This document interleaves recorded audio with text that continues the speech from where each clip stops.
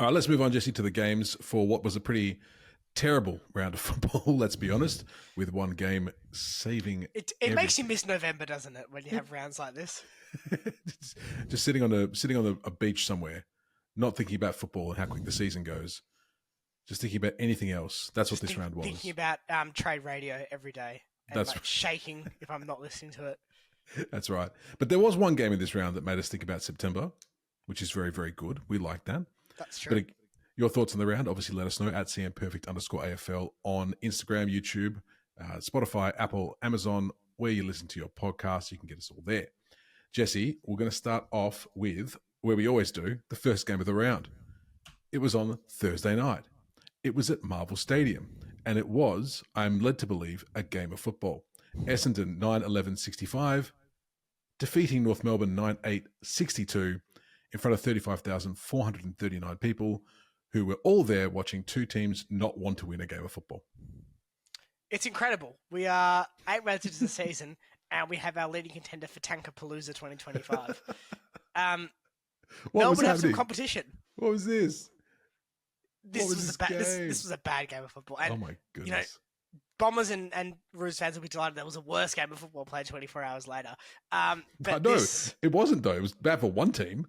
Another team. No, it was bad in general. It was a bad game in general. This, however, was just a disaster across the board. Look, positives for North to start with. Dominated hitouts. You don't expect they would cherry. One clearances. I think for a young midfield that we've had a bit of talk about, are they going as they need to be? That's a good thing for them. They'll want to be seeing a lot more of that. But turnovers are killing them. 7 more turnovers in a close game. It's little things like that just hurt. They never led at any stage of this game either. So they just continue to find themselves in positions where there's too much to do late in games. It's hard. But North as well, 13 tackles inside 50-4. Yeah. So the hunt is there for the Roos. The want is there. But, Essendon had enough in the locker. The finishing for Kangaroos is just, they always get too excited and they just put their boot through it and just goes any which way. Or you can be Finbar and just stand there for way too long and forget that you have to kick the ball in the dying stages of the game. Oh, Finbar, what do you like? I don't even know his last name because I just love Finbar so much. It doesn't matter. Finbar. I will always know him as Finbar, the mustachioed Finbar. I don't think he's going to be through to game vet Liam. I wouldn't worry too much about always knowing him as Finbar. Wait. You never know. But no, it was a shame though, because I think North realistically had all the pieces there. They probably should have won this game. They probably should have won this game, which is not the first time we've said that this year either about the old Kangas. But the Bombers will be happy to get the 3 points, and we can all forget about that game. Let's move on, Jesse, to another game at least some of us would like to forget about on Friday night at Marvel Stadium. St Kilda 14-10-94, defeating Fremantle 5-3-33, Jesse. 20,000 people and 20,522, I know. He's just, for those listening, Jesse's doing the whole thing where he pinches the end of his nose in disgust. Oh, boy. We were, 7 points to halftime? Yeah. It was Marvel Stadium, so there was no weather to worry about. There was a half a football worth of time that Fremantle didn't score a goal. Oh boy! Listen, let's quickly talk about the Saints, because obviously the Ross show clearly gave Justin Longview an absolute lesson in coaching. I don't know. Yeah, I'm really okay. Help me out. Let's talk Saints. 50% efficiency inside 50. Yes. Good. Yes. Where you need to be. 50 clearances. So 12 above the average for the season so far. Smash. That gets 2 thumbs up. We'll come to Fremantle's stats on the other side of that later. Okay. 151 contested possessions.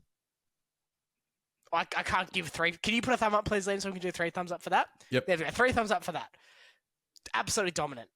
I don't know if I want to give them 4 thumbs up for being in front the whole game, but what I will give them 4 thumbs up for is the fact that disposal-wise, they had just under 100 more disposals than Fremantle in this game of football.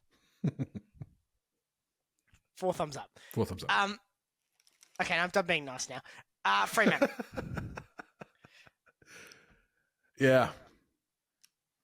So we talked about St Kilda's 50 clearances, Liam. Can you guess for me the number of clearances Fremantle got in this game? 17. 22. That's not good. That's really bad. Yeah. Centre clearances, 13-5. Yeah, down goes another thumb. 151 contested possession was St Kilda's number. Fremantle's was 103. Smashing. The only stat they comfortably won, and this was talked about fairly frequently on the broadcast, was contested marks. Cool. Now, I'll get your reaction first here, Liam. Okay. What went on with Fremantle here? Because this was as poor of a performance as we have seen outside of the COVID year in the last decade for Fremantle. Well, to me, it was a case of they didn't look like they gave a hoot. They kept looking backwards and sideways instead of forward. They would not. Every time they took a mark, they would stop and then assess everything. They weren't watching the ball a lot of the time. There was several times where the Saints went. Same with the Sydney game. The Saints just went. There was one stage where Caleb Sarong is running with his back to the ball, back to where he's meant to be, and the ball's already coming past him a different way. Like he's not even watching. There was a time where I think it was Higgins kicked a goal, and there were 7 or 8 Freo defenders standing there about 20 metres away from him, just doing nothing. I don't know. I don't know how to answer that question, Jesse. It was just horrible. It was just horrible to watch. It was disheartening. It was depressing. And I don't take sport that seriously. It's something I like to watch, but this was depressing.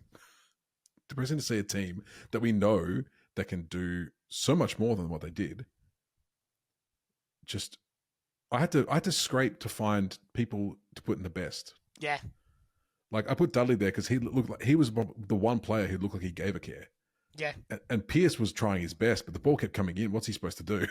Like he took a few contested marks, chucking in the best. But otherwise, Jesse, what are your thoughts? Look, this is really alarming for Fremantle, and this is almost the perfect embodiment of Justin Lomua, I feel. Oh, I just remembered something. You go. You keep. Okay, no, because you're better off going when you get a chance. So good. Yeah. I can string a word together or a sentence. Justin Lomua, right? When he's in the box, he just looks defeated all the time.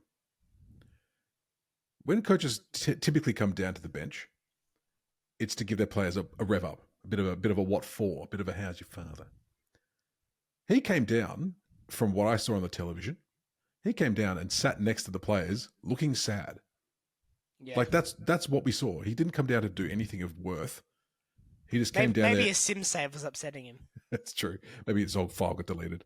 But he was almost just like a disappointed dad, like coach, going, "Oh, you don't forget you're supposed to do that, okay? Yeah, try again next time. Give it a crack." And then just sat there looking sad. That's not an AFL coach, mate. Like, yeah. Okay, you go. I have a number of key issues here. Okay. Let's start with the ruck situation.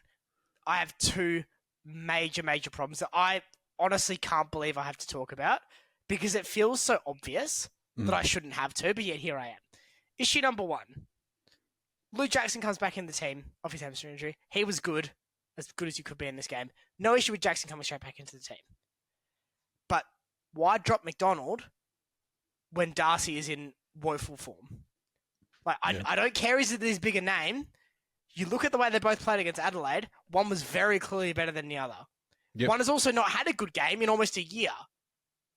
Yeah. Go to Peel and get the fitness up and get the skills up outside of a must-win game. You know, Rowan Marshall isn't a joke. You know, we can't point and laugh at Rowan Marshall and say, haha, you're bad, mate. Like, he's at times he's been a top 3, top 5 ruckman in the comp. He probably isn't at that level now, but he's still in the top half, I would say, of tap ruckman. So dropping McDonald but keeping Darcy is my issue there. Sure. Because I understand why McDonald made way for Jackson. That's fine. But when you have the option of dropping McDonald or Darcy off recent performances, no way should McDonald have gotten the axe. And he won't do it, but he has to show some guts and bring McDonald back into Darcy's expense. Justin Lomua Justin Longmuir change something? I don't think so, mate. Well, I'm sure Bailey Banfield will be back this week. My other issue with the ruck situation. So after all this, you've got Darcy and Jackson back in the team. The two guys that we have hitched so much to as rucks. And this is going to be the way that we're going to win a premiership, apparently, with the two rucks, Darcy and Jackson. Why is Draper doing hit-outs in the last quarter? Yeah. Like, I actually looked at that. Now, I've had innumerable issues with Draper being deployed in the Brandon Walker role as small defender shut down to the stars. Draper's a great defender. I've got plenty of time for Draper, but that's not him. He had a poor game on Friday night, it's fair to say. Yep. But I don't understand why he's in the ruck. I mean, Tracy and Cox would also surely be ahead of that over Draper. Like, maybe he was just trying something new. But they don't play two full-time ruckmen. Like, do you get what is that not just absolutely insane to you?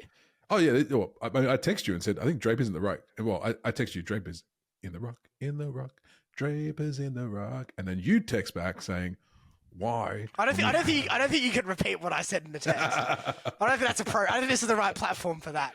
That's fair. Lest this is one of those like X-Files that gets lost to the ancient history. Lost media. Last point, Jesse, because we should move on. Otherwise, we'll be here all day. They got to make the call on the coach. Yeah, it's pretty clear that it's never going to work. Like I will say this: if you look at it on one hand, 4-4, just outside the 8, that's okay in isolation. That's fine. But you can be 4-4 and be playing good football and losing to good sides. This team's lost to Melbourne, St Kilda, and the worst version of Sydney we've seen in 20 years. Mm.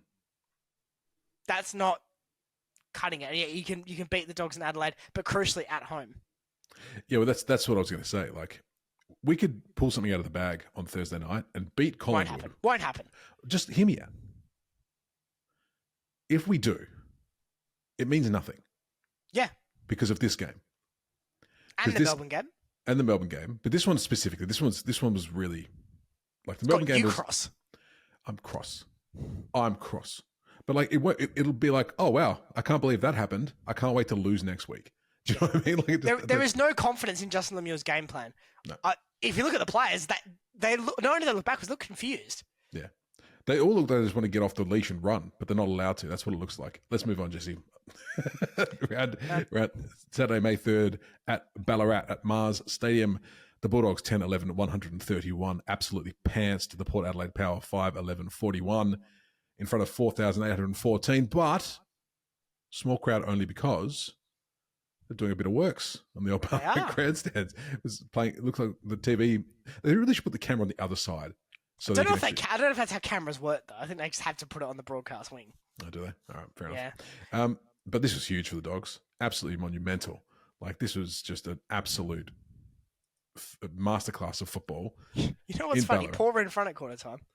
Yeah, well, really? You wouldn't know it. With the wind. I think the 2 quarters the Dogs had the wind. We're against the wind in Ballarat, which we all know is a bigger factor. Outscored the Power. Like, what's happened? What's going on? 6 goal second term, 7 goal third term, 5 goal fourth term. That's just monstrous.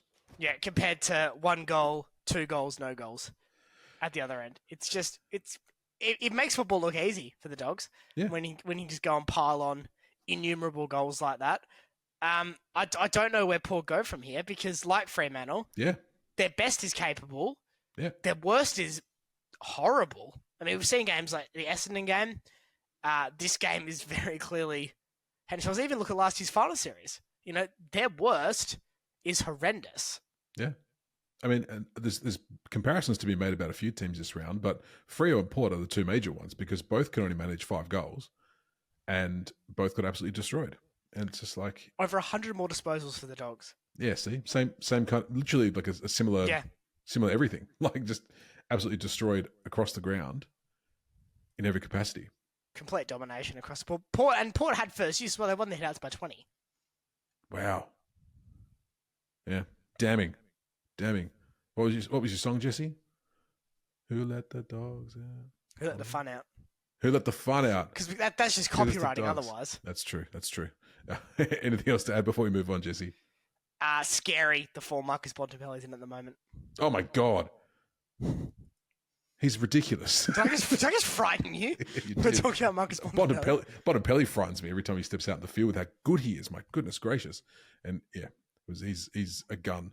Like, he's had some his detractors over the last few years. I believe yourself might be included in that little list there. Yeah, and I'll stand by that. I know you do. But I know you do. He's in the best form of his career right now. Yeah, he's killing it. Let's move on to the other game on Saturday in Adelaide Oval. We got Adelaide, 16-14, 110, defeating Adelaide cubed.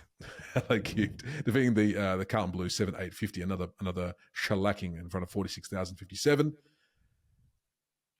I mean, can we make a rebel league between Fremantle, Port Adelaide, Carlton, and St Kilda, and just call it the Misery Cup? And they can all play for like third place, and that's the prize. Okay. Okay, so if you win the Misery Cup, you actually don't get anything. It's if you come third, you win the Misery Cup. Because that's the spirit of misery. Because you're in that third quartile. Because that's where they're all finishing this year, based on what we're seeing. Carlton were rubbish once again, especially in the second half. They just went home. Par for the course for Carlton this year, for most games. Yeah, they literally could. They would have done more on the flight home than they did in the second half here. They were dreadful. Adelaide, though, crucial. Needed a response after the Anzac Day disappointment for them in the West. They needed to hit back hard. They hit back with authority.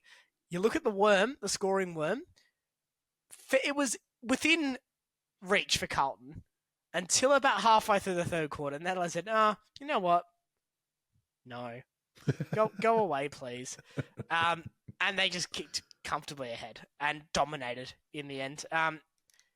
Carlton, I don't see how Carlton can be a threat while they're still getting pantsed in this manner. And Adelaide, we talked about their scoring prowess earlier in the deep dive. They're powerful. They know what they're doing. All right, let's move on to the next game. Jesse, in the West, I've flipped these two games around. You know which game I'm talking about. For dramatic effect. The Eagles 11-10, 76. Melbourne 16-12, 108 in front of 41,000. Or 42,000 nearly. Very much a game of two halves. The favourite old adage. Eagles and the D's were right in, like they were together. They were like chums all the way to halftime. And then Eagles lost McGovern, a few other players. And as soon as they lost those players, it all went to hell in a handbasket. And the D's just kicked away. That's pretty much that game in a nutshell. And Max Gawn. Who's definitely having a career turnaround.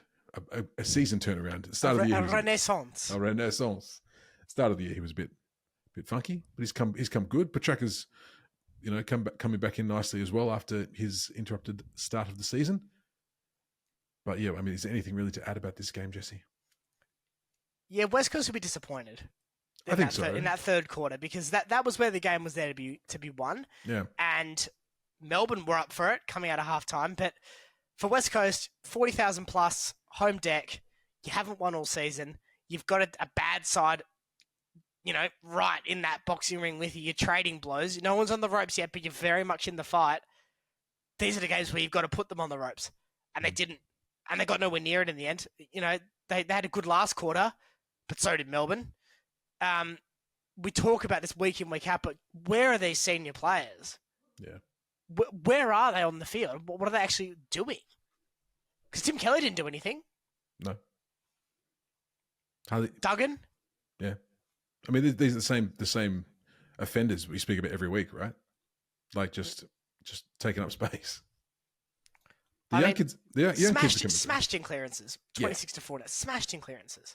I feel like that was the tail of the round this round. Like if you were smashed on the scoreboard, you were smashed in clearances. Which, look, in many ways does make sense. Of course. But it was really laid bare right now, I think, where a lot of teams are at, and potentially some reality checks for some sides, and also we are really as bad as we thought we are. Mm. Can it get much worse from here? I don't know if we can get much worse for West Coast. I mean, they've been through the ringer in the last 3 seasons as it is. But you look at their recent results, you you give them Hawthorn, that's fine. But they'll feel like they should have been competitive against Essendon, which they were, and they still couldn't get it done. They'll feel as though they probably could have won this game. When you're talking about a side like West Coast, who are, and I don't want to be nasty, but they're probably verging on historically bad when you look at the last 3 seasons, you're probably looking at a max of 5, maybe 6 winnable games. You get 2 derbies. Derbies are always winnable. Yep. And then your bottom 4, however many times you play them. Still got North to come. You've only got a limited amount of winnable games. You can't lose the close ones, and you can't have teams in that ring with you trading punches and then cop a knockout blow off a jab. Yeah.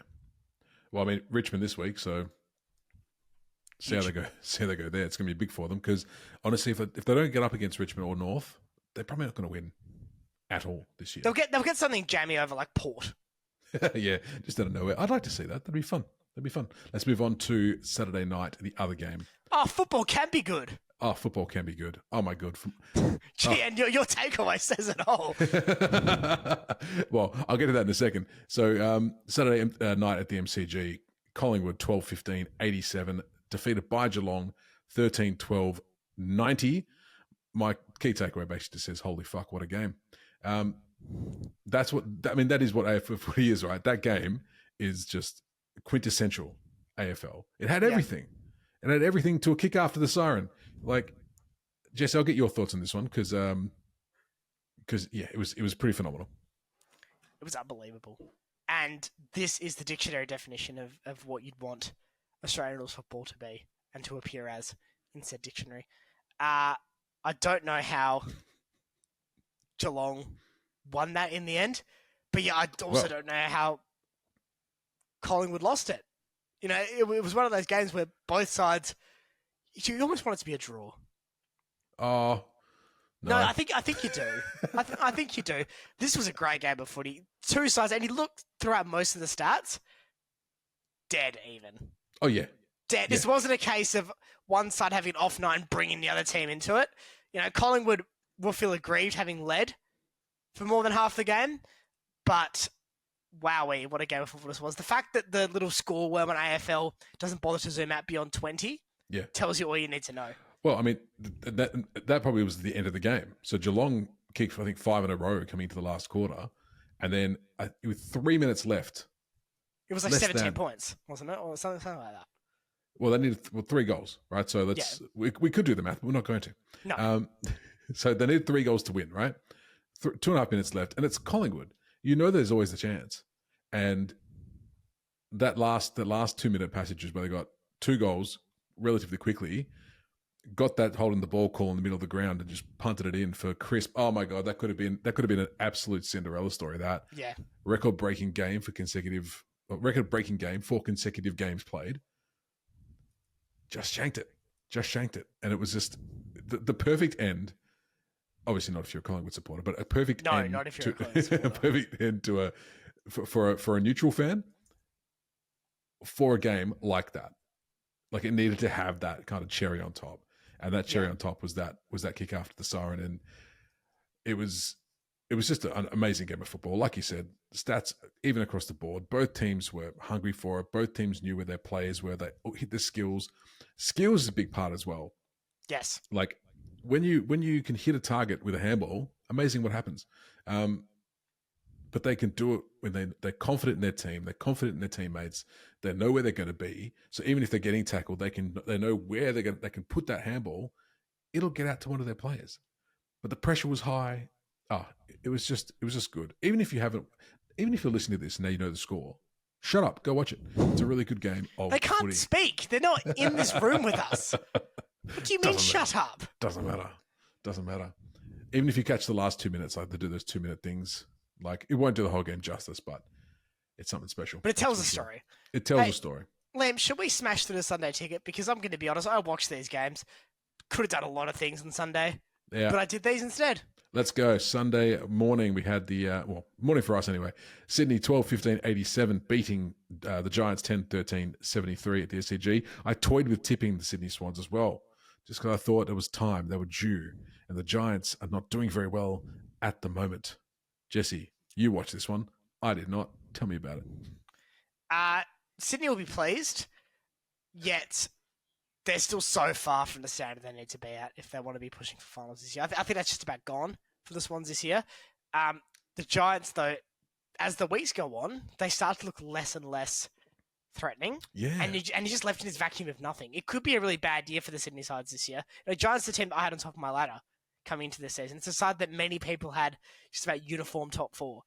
And you're seriously looking around saying, I don't see, unless you can just completely reverse your fortunes, I don't see how this turns around. Sydney's makeshift forward line kicked 12 goals and kept Giants in the game. Make no mistake about it. Sydney should have won this easily in that fourth quarter, but missed chance after missed chance after missed chance in that last term kept the Giants alive. And to their credit, they did, scrap their way through and keep themselves in with a sniff. But the Swans should have put this game to bed a long time before the final siren went. For the Giants, I don't really see how this turns around. Yeah. Well, let's move on because I have nothing to add to that game. But it's good to see the Swans finally get a win. I mean, it's always nice when you have friends who are supporters of that club. They get a bit excited, don't they? And that's always nice to see. Next game, they booked the flights. Yeah, let's get over there. 16-13-109 to the Hawks at the MCG, beating the Richmond Tigers 6-8-44. I don't think there's really any surprises in the result, Jesse. But what about the game itself? What do you say? Quite unsociable between those two sides. You would have thought it was a centenary game for the Hawks, and you would have felt at times it was in the 1920s, brawling over the latest land release in Footscray or Box Hill or something in a city suburb that back then would have been, I've got to go on my horse and cart for 10 whole minutes to get to the city. It was nasty at times. Really, Impey and Short had plenty of words to say to each other. There was plenty of feeling in this, but the Hawks, look, they're consummate professionals in many ways. They dominated this. They get one of these. We talked about this earlier on, Liam. You get your plus 90s for yourself and keep your opposition to below 60. You do that a few times. Gee, you're going to be hard to beat. I know Richmond probably isn't the barometer for a team where Hawthorn are at, but hey, you got to win these games, and they didn't against the Suns, but they did here. Just going back to you said this was not unsportsmanlike, but a bit of a roughhousey game. The Sydney and GWS one seemed to have a bit of argy-bargy in it as well, from what I could see. I just wanted to bring this back because old mate Hamlin kicked his first goal in AFL football and celebrated by starting a biff, which I thought was quite fun. Yeah, I mean, there was a bit of anger in the contest leading up to that, so that was why. I know. But it was quite funny. In 10 years, you get your first goal. And anyway, let's move on to the last. We don't just do a handstand or like a cartwheel. Yeah, or just get a hug. Just get a hug from the rest of the teammates. But give them the old head ruffle. Well done. Good job, Joel. All right, last game of the round. Let's go for it. You like what I've done there? I do. I love what you've done there. At the Gabba, the Brisbane Bears 9-12-66 defeating the Suns 7-7-49 in a very wet and soppy and slippery game, which is par for course with the score, I think. It's a very low scoring game. What are your thoughts on this one, Jesse? Well, Gold Coast dared to beat the Bear, and alas, they couldn't. Look, let's start this off by saying, don't get off the Gold Coast excitement train just yet. I don't think this is a season-defining result for them, much like Adelaide losing to Gold Coast a few weeks ago was never going to be a season-defining result for the Crows. It's okay to lose games in difficult conditions against your arch rivals and still be competitive. It's a 25-week season, 29 if you get to finals. It's okay. I doubt we're going to see a grand final played in these specific conditions because we don't play grand finals in Brisbane in May. No. Even if it was in September like that one time, you can still get conditions like this because it's Brisbane. Yes, but that's not going to be happening because we're not going to have a grand final next week in Brisbane unless it's like the A-League or something. Never know. Never know. Look, Charlie Cameron, so good. Oh. So good. Honestly, and the crowd, so good too. Honestly, I actually think you could pinpoint the exact time that Brisbane started winning this game. And that was when Charlie kicked his first goal. Yeah, when he kicked his first goal. Yeah. They've been starved of it all season. And then when they just started doing that, because he kicked another one real quick after that as well. Yeah. And that was it. That was like, there was no turning back from that moment. It was just country roads, away they went. It was good to see him kick some as well, because he needs that for his confidence this season as well. Like when you're a small forward, not kicking any goals, I'm sure it starts to eat away at you a little bit. But, kicking 3 would be a nice thing for him. Mac Andrew was very good for the Suns. And very cranky. Yeah, but that's just his brand this year, isn't it? Cranky boy. Cranky boy. But he was pretty good down in defence, I would say. But yeah, the Suns tried to take it up to Brisbane with a similar style of football to what Brisbane play, but then realised that they're just not as good as the Brisbane. But I think that's okay. Of course it is. I don't look at this and say, like, you look at games like Giants in Sydney, and Giants lost by less to the Swans than the Suns have lost to the Bears here. But I don't look at this and say, well, just by weighted numbers, the Giants had a better game and are going better because they lost by less. Not how it works at all. The Suns here were very good. The Suns probably played a 7 out of 10 game to a Lions 7.5. Now the Lions played the conditions better, but if Gold Coast and a few more things go their way, very easily could have been a different result for them. I think key moments cost the Suns here. Those are things you can work on. You can work on your pressure. You can work on your game sense. Max Sim is a coach's best friend at times. I think it's exciting for the Suns. I wouldn't be jumping off just yet, and I wouldn't be dissuaded from sticking with the Lions as well as a serious contender for 2025 of what we've seen, because they just seem to be able to get wins the circumstances. That's it. All right, Jesse. Send the lovely people home, please. Thank you, everyone, for tuning into the Centimetre Perfect AFL podcast for another week. Hope you enjoyed our deep dive, our news, and, of course, our round recap. Make sure you are liking, sharing, subscribing if you're on YouTube, and hitting that notification bell if you're on one of our preferred podcasting platforms. Leave a 5-star review, 4 stars or below. Go review something else. 5 stars, though, more than welcome to review that. But the best review you can leave the Centimetre Perfect AFL podcast is word of mouth. So tell your friends, tell your family, just puncture an entire transcript of this podcast into ChatGPT. In 500 years' time, AI is going to need to figure out the great texts of our era. They might think, the encyclopedia. They might think Harry Potter. They might be able to be tricked into thinking this was one of those. Until next time, thank you for tuning in. I'm Jesse. That's Liam. We'll see you soon on the Centimetre Perfect AFL podcast. Bye, everybody.